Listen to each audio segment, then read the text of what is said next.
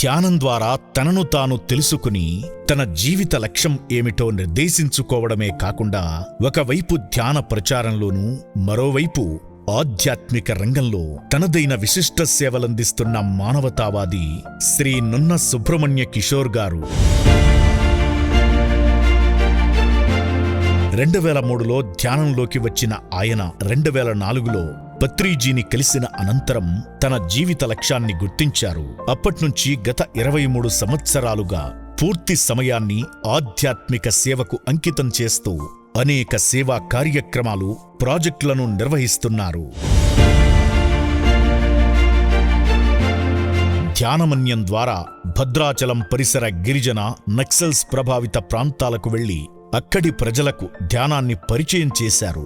తరువాత ధ్యాన ఉత్తర భారత్ ప్రాజెక్టు కోసం ఉత్తర భారత్లో విస్తృతంగా అన్ని రాష్ట్రాల్లో ప్రచారం చేశారు. దీనిలో భాగంగా 2012లో కుంభమేళాలో ధ్యాన ప్రచారం మరియు అన్నదానం కార్యక్రమాలు నిర్వహించారు.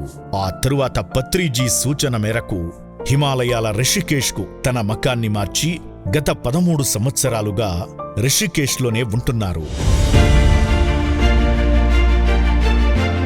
శ్రీ కిషోర్ గారి సేవలకు గాను ఆయనకు అనేక పురస్కారాలు వరించాయి.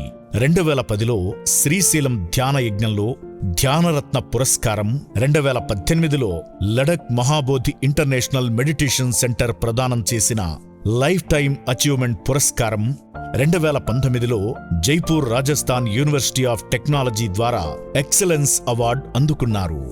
జ్ఞానంతోనే మనిషి పరిపూర్ణుడవుతాడని, అప్పుడే మానవ జీవితానికి ఓ సార్థకత లభిస్తుందని అనుభవపూర్వకంగా తెలుసుకున్న ధ్యానరత్న శ్రీ కిషోర్ గారి సేవలకు మా హృదయపూర్వక కృతజ్ఞతలు తెలుపుతున్నాం. మీ పిరమిడ్ స్పిరిచువల్ సొసైటీస్ మూమెంట్ మరియు పిరమిడ్ మెడిటేషన్ ఛానల్